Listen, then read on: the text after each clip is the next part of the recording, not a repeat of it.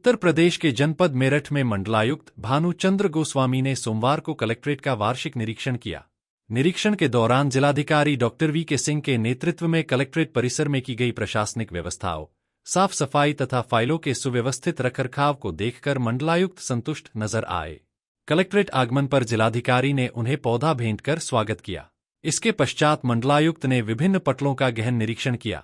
निरीक्षण के दौरान मंडलायुक्त ने कलेक्ट्रेट के अलग अलग अनुभागों का भ्रमण कर कार्यालयी व्यवस्थाओं, जन सुविधाओं एवं संचालित परियोजनाओं की प्रगति की समीक्षा की। उन्होंने अधिकारियों को निर्देशित किया कि आमजन को दी जाने वाली सेवाएं त्वरित, पारदर्शी और सुगम होनी चाहिए। मंडलायुक्त ने कहा कि कलेक्ट्रेट की कार्य संस्कृति में उल्लेखनीय सुधार हुआ है, लेकिन वर्तमान आवश्यकताओं के अनुरूप इसे और अधिक आधुनिक बनाने की जरूरत है।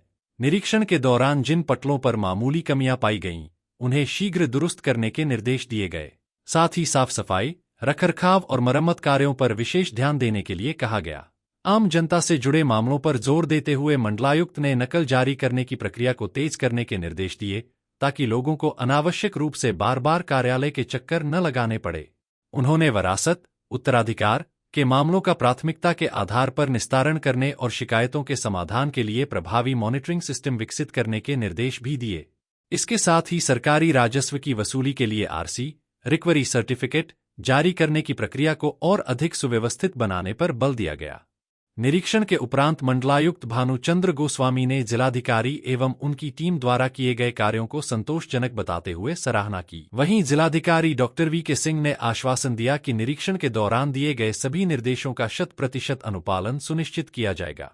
उन्होंने कहा कि सभी प्रभारी अधिकारी प्रत्येक माह कम से कम एक बार अपने अपने पटलों का निरीक्षण करेंगे, जिससे कार्यप्रणाली में किसी प्रकार की शिथिलता न रहे। इस अवसर पर सभी उपजिलाधिकारी एवं कलेक्ट्रेट के अधिकारी कर्मचारी उपस्थित रहे।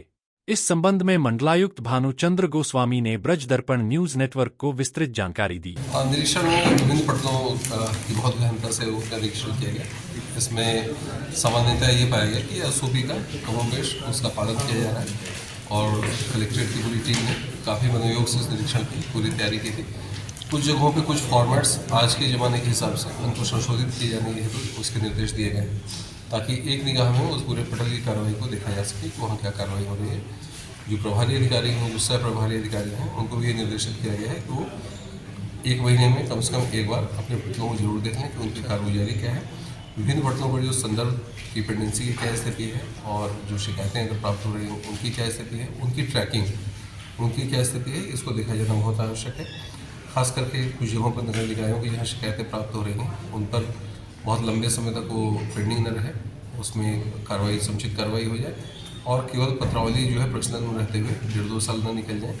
उस पर अगर इस चीज़ को फॉर्मेट्स में सही ढंग से ले आया जाए तो 1.5 साल के अंदर उसकी पूरी की पूरी प्रक्रिया पूर्ण हो सकती है और इससे जनता का विश्वास भी मजबूत होगा और उन्हें काफ़ी राहत भी मिलेगी। इसी तरह जो अभिलेखागार है उसमें जो नकल जारी होते हैं, उस नकल को जारी होने की प्रक्रिया को भी स्मूथ बनाने के लिए निर्देशित किया गया है। अभी एवरेज 15-20 दिन का टाइम लग रहा है, इसको कम करने हेतु वहाँ कुछ जो ऐसे प्रशिक्षित कर्मी हैं या जो अनुभवी कर्मी हैं उनको नियोजित करने हेतु वहाँ निर्देशित किया गया है।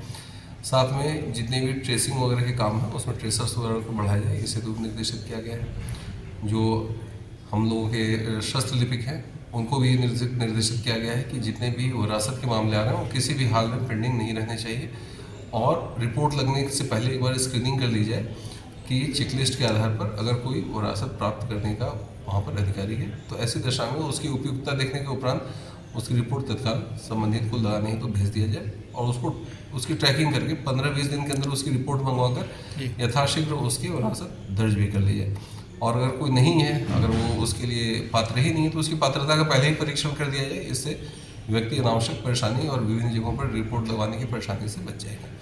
इसी तरह के बहुत सारे छोटे छोटे जो सुझाव हैं वो दिए गए, जैसे वसूली के संबंध में जो आरसी जारी होती है, रिकवरी सर्टिफिकेट्स जारी होते हैं, इसकी व्यवस्था को और दुरुस्त बनाने के लिए निर्देशित किया गया है। कोई भी आरसी दबी हुई नहीं रहे, कोई भी अमीन अपने स्तर पर उसको लेकर के बहुत दिन से अपने पास उसे न रखा हो और उसी मॉनिटरिंग का मैकेनिज्म जो है उसको थोड़ा और स्ट्रॉन्ग बनाने के लिए निर्देशित किया गया है। हम लोग इसको फिर 2 माह के अंदर सभी बिंदुओं पर कंप्लायंस रिपोर्ट भी देंगे और जो सुधार के बिंदु हैं वो जिलाधिकारी को एवं संबंधित जो भी प्रभारी अधिकारी हैं एडीएम साहब उनको अभी अवगत भी करा दिया गया है। इसकी विस्तृत रिपोर्ट 2 दिन 3 दिन के अंदर प्रस्तुत की जाएगी और उस पर कंप्लायंस स्टेप भी लिया जाएगा।